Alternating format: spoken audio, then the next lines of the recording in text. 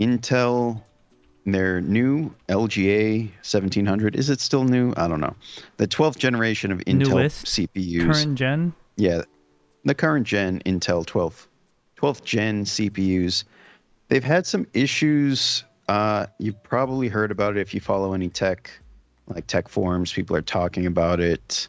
I don't know if I've seen a video about it on YouTube specifically from, the major tech YouTubers, but the issue is that some of these CPUs are bending. And how does a CPU bend, you might ask? So the retention mechanism that Intel uses is a latch that applies pressure down on the CPU so that it has a certain amount of pressure on the pins on the motherboard, the LGA grid. Mm-hmm. And with the new 12th gen CPUs, the CPUs themselves are physically larger than previous ones. However, It was longer. Essentially, yeah, Longer. they're a rectangle when previous ones are pretty much square.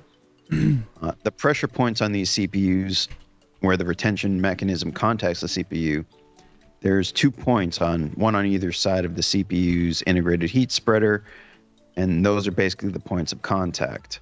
So what people are finding is these points where the pressure is applied is causing the CPU to bend downward in the center and essentially create a low spot. And problems that can arise from this might be higher core temperatures because you're getting poor contact with the center part of the CPU, which for Intel tends to be the die.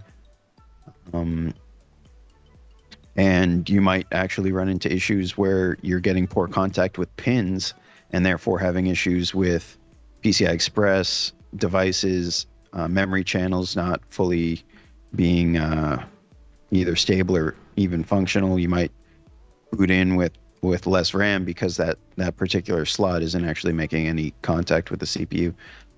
You might have other issues like no boot, but most of the issues like that are not really as prevalent as the temperature issue. So the point I'm making here is there is this issue. People have declared that a fix could be removing that mechanism, putting some washers, I believe 1 or 2 millimeter washers, putting it back on, and that just makes the pressure that much less that it's not putting so much pressure that it literally bends the CPU. Mm-hmm. Now, Intel has said, don't do it. It's working. It's working as intended. Worry about it. It was designed this way. Yeah, but I don't know, man. Are they gonna give you a new CPU when you send in a bent one? I want reassurance that if there is a physical problem with this, that they're not going to say, oh, well, we're not going to warranty that. It must have been the motherboard company out of spec. And I don't want to end up dealing with some back and forth 2 years down the road when I'm still in warranty, but have essentially a dead CPU because it doesn't even fit in the socket anymore. I feel like it might there be are a couple. it might be something they just kind of like brush under the carpet. Since, I mean, think about it. Only high end. I would have thought there'd be like a silent fix going forward that they don't announce and they don't recall anything, but they just fix it, mid-production. They fix it whether that before without telling because anyone. they designed the socket. You know what I mean? Yeah. So they can't really blame anyone else. But the company Thermalright, which you might know for their heat sinks and CPU coolers, GPU coolers, various cooling products, has a solution. So reading from an Extreme Tech article, Thermalright is the company offering the cool-looking BCF, which is the name of the product. It's made from CNC machined aluminum and comes in red or silver. From what we can tell, it replaces the entire retention mechanism on an LGA 1700 motherboard. With it removed, you just drop this down on the socket and screw it into place. So what it does is it replaces Intel's retention mechanism, which is like a two-piece system with a latch, and that mechanism is screwed in with 4 screws.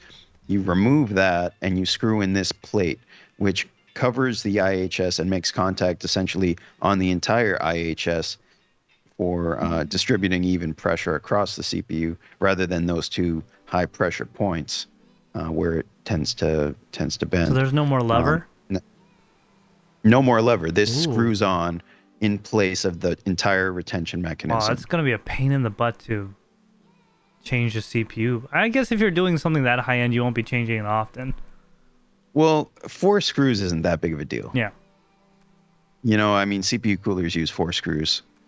I think it's still, unless you're changing CPUs all the time. But so this product is not yet available at any major retailer. It was available at one of the Chinese retailers. I forget the what is it? Taobao, which is, you know, not recommended. I guess it's available.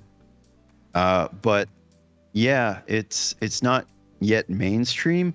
But since reading about that, that's the first thing like it that I've seen, and it's awesome that someone stepped in to make such a product. However, reading from a Tom's Hardware article, extreme overclocker and YouTuber Der Bauer has revealed his 12th gen CPU contact frame, which is being manufactured by Thermal Grizzly. In addition to the precise machined anodized aluminum frame, which evenly distributes pressure on your Intel Alder Lake CPU, the OC expert demoed a new lapping frame.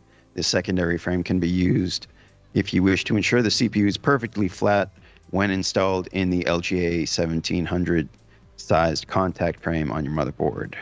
So yeah, Thermal Grizzly and / Der Bauer have basically the identical product also being made. So it's also from Der Bauer, so you know it's gotta be good. Yeah, and it's got the Thermal Grizzly logo. Yeah, and okay. That just made me not want to buy it, but all right, that's cool. Oh, honestly, I'm a big fan of Thermalright. I've never really seen a Thermalright product that wasn't premium or just like well thought out and well engineered, like a quality product. Thermal Grizzly, I don't know, man. I thought you were a big fan of them for a while. Yes, I am. I got confused with the different brand name, Thermaltake. Oh, okay. Oh, Thermaltake. Yeah, and for some reason in my mind, Thermaltake orange registered. I was like, oh, I really don't want that anymore. But I know it's Thermal Grizzly. No. We're not talking. Yeah. We're not talking about 80 millimeter fans from 2002. But that's the last time Thermaltake was making a decent product. Wow. Anyway, yeah. So they're basically comparable products. There's 2 different brands now making a product for this problem, which Intel still says really isn't a problem, which, you know, makes you kind of a little hesitant to invest in an Intel product when they don't admit when they're wrong. But yeah, so these 2 things are probably going to be hitting retailers that we're familiar with in North America in the next month. So that's good news for a lot of people that don't necessarily feel comfortable pulling up their retention mechanism, putting washers down, not really sure if there would be any conflicts with surface mount components, capacitors, things like that. Yeah. But these new frames seem to basically take the footprint of the retention mechanism and, like it says, evenly distribute pressure on the CPU's IHS. In the case of the Thermal Grizzly one, there is supposedly you're supposed to tighten it to 0.002 Newton meters of torque or something like that. Because everyone has that. But what they say is to tighten it with the included Allen key as tight as you can with 2 fingers and then a quarter turn. So wow, that's so subjective. Yeah, I mean, I don't know. I guess 2 fingers, you can only get it so tight before your fingers start slipping. You know how slipping. much I can torque with 2 fingers? is it 0.002 Newton meters? Oh, exactly. Yeah, my fingers are calibrated. Okay. Yeah, I'm a machinist, remember? Yeah, I mean, the big thing they stress is you don't want to over-tighten it. So, you know, I guess it doesn't actually need to be that tight. So pretty much finger tight and then a quarter turn is where you want to be.